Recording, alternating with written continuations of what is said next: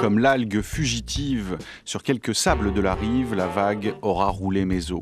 Si n'en déplaise à Lamartine, les vagues ne charrient pas ces derniers temps les ossements des poètes, elles charrient bien en revanche des algues qui n'ont rien de fugitive. Les marées vertes de Bretagne seraient notamment, vous le savez certainement puisque c'est le polar de l'été, responsable de la mort d'une compagnie de sangliers. 36 cadavres en tout ont été retrouvés sur les rivages des Côtes d'Armor depuis la fin juillet. Donc ces algues vertes font quelques ravages, mais la matière algale est aussi, et peut-être avant tout, féconde.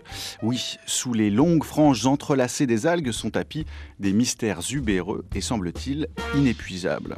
Les Matins vous embarquent donc ce matin pour une expédition au bonheur des algues avec Bruno de Revier, enseignant-chercheur au département systématique et évolution du Muséum national d'histoire naturelle, et l'ingénieur chimiste Jean-François Sassy, responsable du pôle algues produits au Centre d'études et de valorisation des algues, le CEVA. Bonjour messieurs. Bonjour Martin Quénéen. Bonjour. Alors Bruno de Revier, quand vous parlez d'algues, c'est avec des guillemets, tant ce terme recouvre une réalité complexe. Pouvez-vous, pour commencer, nous planter simplement le décor ? Alors j'ai bien peur d'être moins lyrique que vous.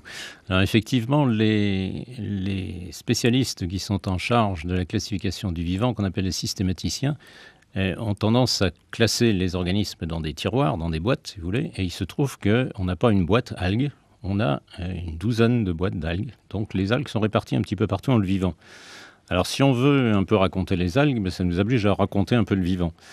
Et le vivant, ce qui n'est pas déplaisant. Ce qui n'est pas déplaisant, non. C'est toujours avec plaisir que moi je parle de systématique et d'évolution.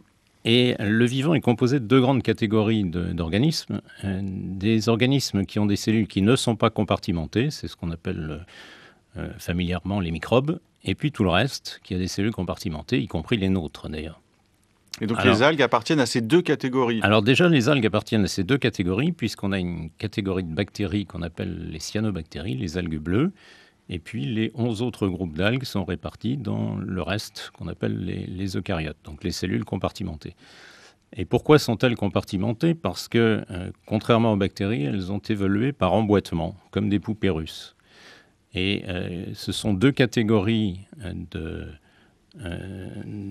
bactéries, de microbes qui ont donné les eucaryotes en s'emboîtant l'une dans l'autre. Et puis ensuite, le compartiment de la cellule, qui est l'usine énergétique de la cellule, qu'on appelle la mitochondrie, est encore une troisième bactérie, c'est une bactérie pourpre. Et puis les plantes sont apparues parce qu'une cyanobactérie est venue s'installer déjà dans ce système très compliqué. Donc vous avez là quatre compartiments, dont un compartiment qui fait la photosynthèse, c'est-à-dire qui est capable d'utiliser la matière minérale et l'énergie solaire pour faire de la matière vivante.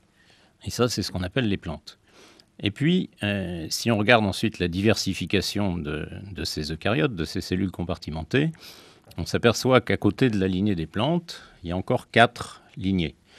Alors, il y a une lignée qui est la lignée des champignons et des animaux multicellulaires, pour faire simple, et des amibes, dans lequel il n'y a pas d'algues du tout.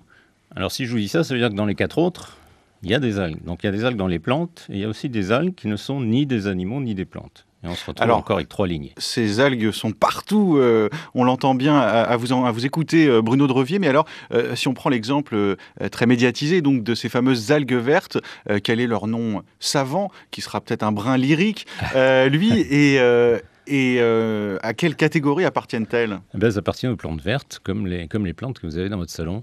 C'est-à-dire on appelle ça en latin les viridiplantae, si vous voulez du lyrique. Et ces viridiplantae, en fait, sont composés de 2 lignées. Une lignée qui s'appelle les chlorophytes, où il n'y a que des algues, et une lignée qui s'appelle les streptophytes, où vous avez toutes les plantes terrestres et des algues, qui sont strictement d'eau douce ou aériennes. Alors, un exemple de plante d'algues vertes aériennes, c'est la poudre que vous avez parfois sur les vieux murs, vous savez, la poudre verte. Voilà. Alors, les marées vertes sont dans les chlorophytes, c'est dans la lignée où il n'y a que des algues, et où il y a notamment des algues marines. Alors Jean-François Sassy, pour l'ingénieur chimiste que vous êtes, vous aviez l'embarras du choix dans toutes les algues qu'il y a dans le monde vivant que vient de nous décrire Bruno de Revier. Sur quelles algues travaillez-vous en particulier actuellement ? Alors on n'a pas d'algues de prédilection, c'est vrai que si on considère la situation mondiale, en fait, c'est essentiellement les grandes algues brunes qui sont utilisées, en particulier en premier lieu pour l'alimentation.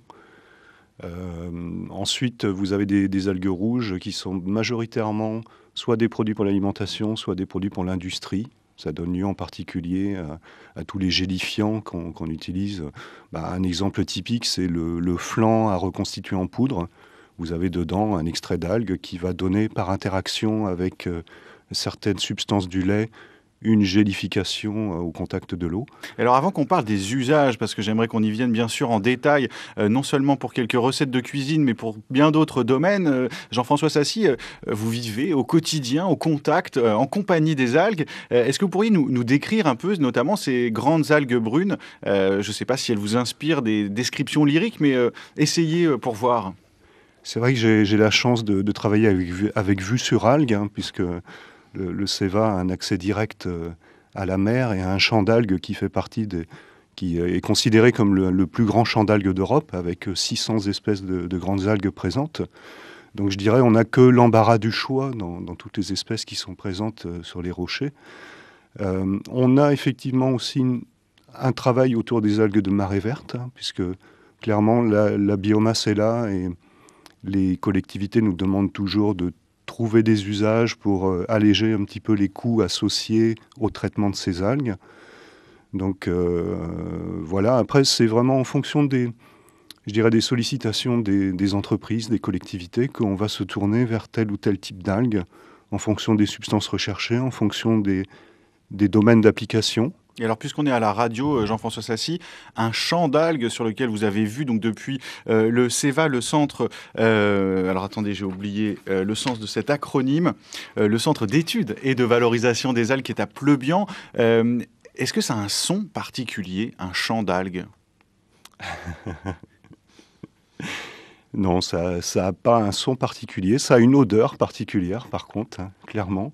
En particulier à marée basse. Et qui vous est devenue familière ou qui aujourd'hui vous dérange ? Non, qui est très familière et qui intéresse beaucoup, par exemple, des parfumeurs qui cherchent de nouvelles notes, de nouvelles fragrances, parfums, ouais, proches vraiment de la fraîcheur du bord de mer. Donc, ça parle pas, mais effectivement, ça a des effluves, un champ d'algues.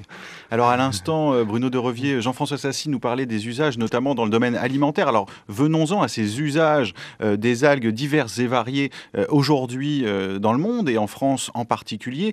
Je crois qu'à la fin du 19e siècle, je suis tombé sur un témoignage là-dessus qui nous disait que les algues pouvaient servir, ramassées sur le rivage, à constituer un mince capitonnage sur les baraquements. Mais aujourd'hui, quand on pense aux algues, on pense d'abord à leur usage dans la cuisine, leur usage alimentaire. Alors il y a la porphyre, la laitue ou les haricots de mer. La majorité d'ailleurs de la production la production des algues est destinée à une consommation humaine directe, ai-je appris.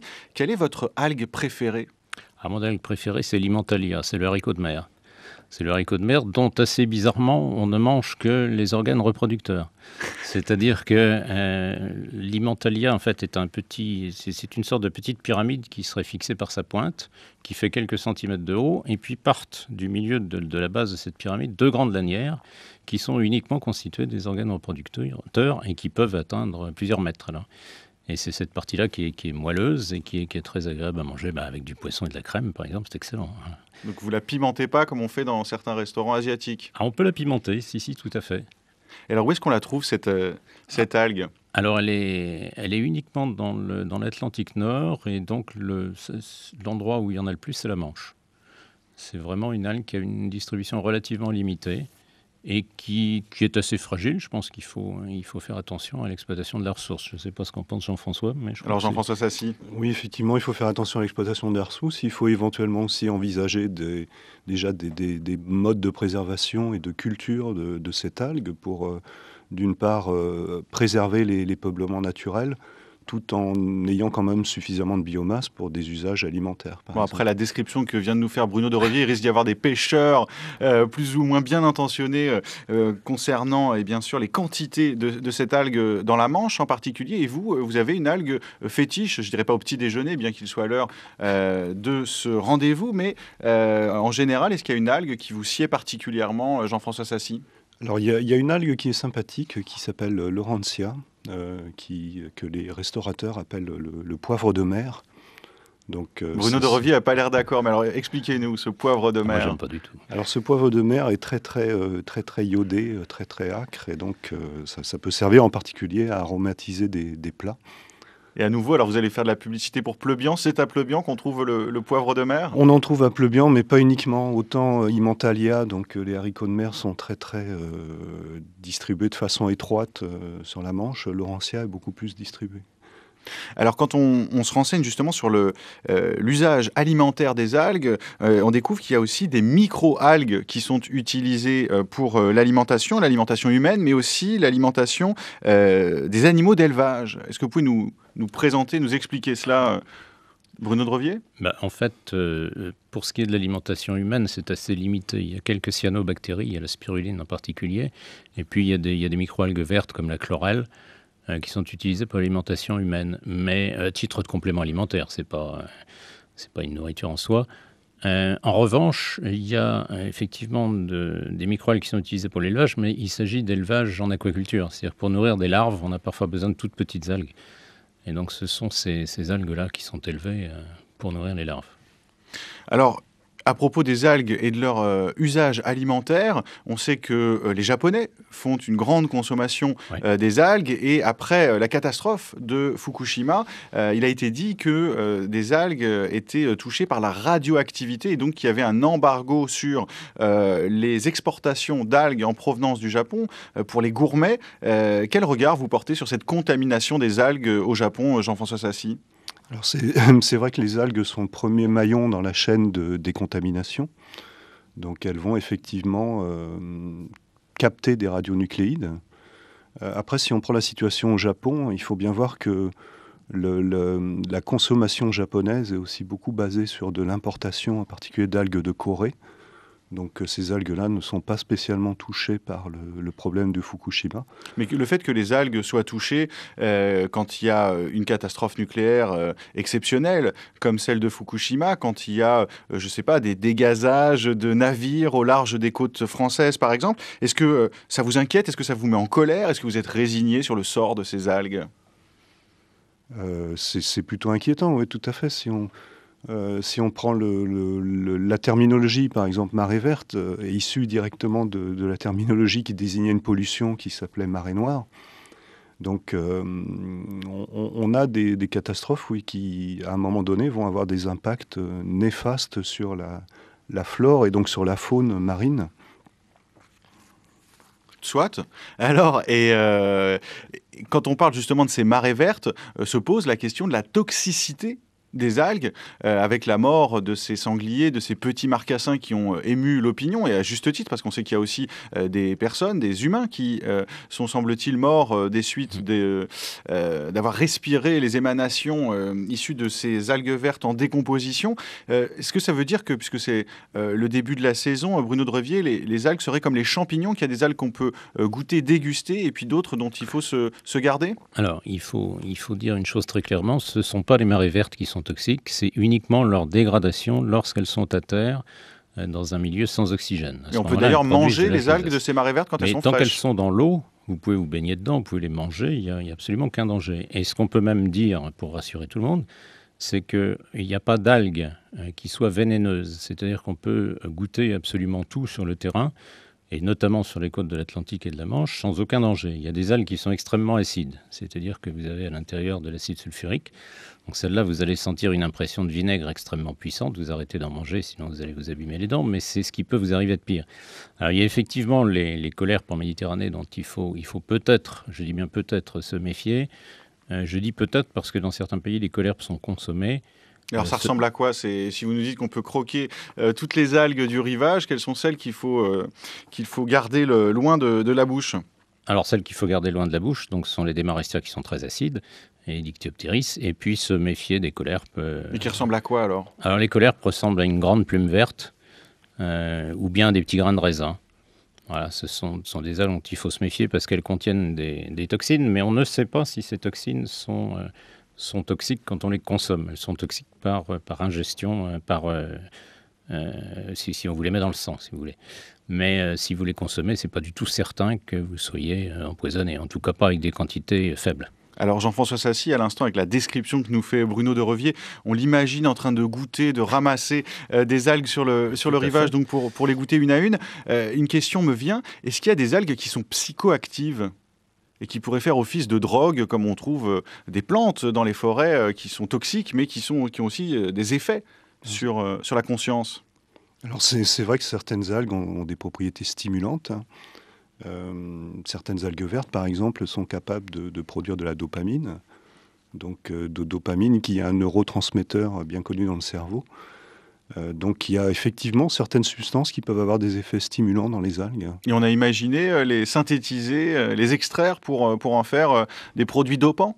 Alors ça fait partie des pistes qu'on poursuit justement au CEVA, c'est-à-dire utiliser les algues et les potentialités des algues pour produire des molécules particulières, aussi bien pour le secteur de la pharmacie, mais aussi pour des secteurs aussi basiques que la chimie, par exemple.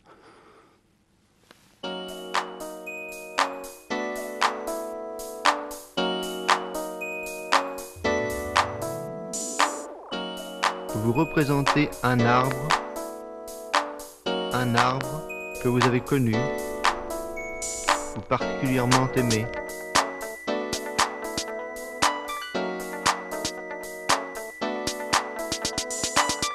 Cet arbre, vous le placez dans le cadre de votre choix.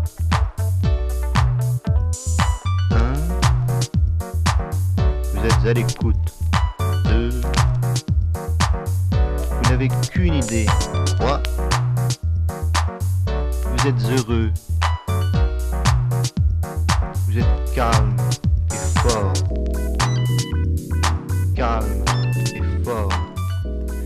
Vous êtes un arbre, c'est une musique du groupe SDA, mais ce matin, dans les matins d'été de France Culture, vous êtes une algue. Et Bruno de Revier, après vous avoir dit qu'on pouvait librement et avec beaucoup de curiosité et de gourmandise s'approprier et dévorer quelques algues sur les côtes de notre beau pays, a une petite précision sanitaire à faire. Oui, alors évidemment d'abord il faut, quand on goûte des algues, il faut s'assurer de leur fraîcheur, il ne faut pas prendre des algues en décomposition sur la plage et il faut aussi s'assurer de l'endroit où on les récolte parce que certaines algues, enfin les algues en général, ont la propriété d'accumuler les métaux lourds, Jean-François disait aussi les radionucléides, donc il faut faire attention là où on les ramasse.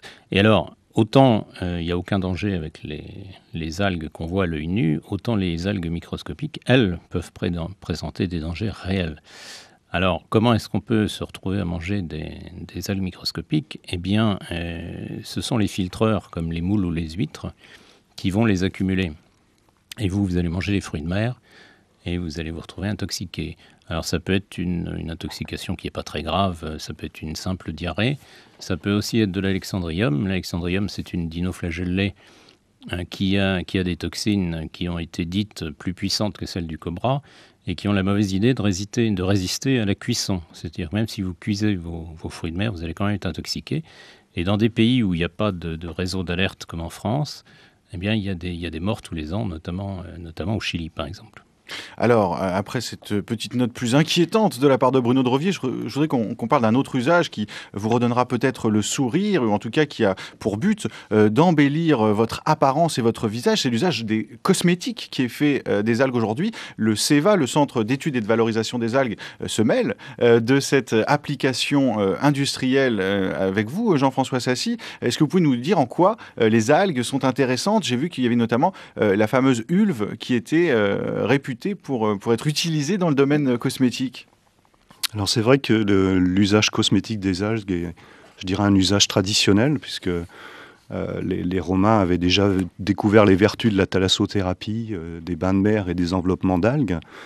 Donc ça, c'est l'utilisation, je dirais, basique. Après, On peut imaginer aller chercher des ingrédients et des actifs cosmétiques dans les algues, les purifier, et à ce moment-là les intégrer dans des produits qui vont aller par exemple vers la consommation de masse.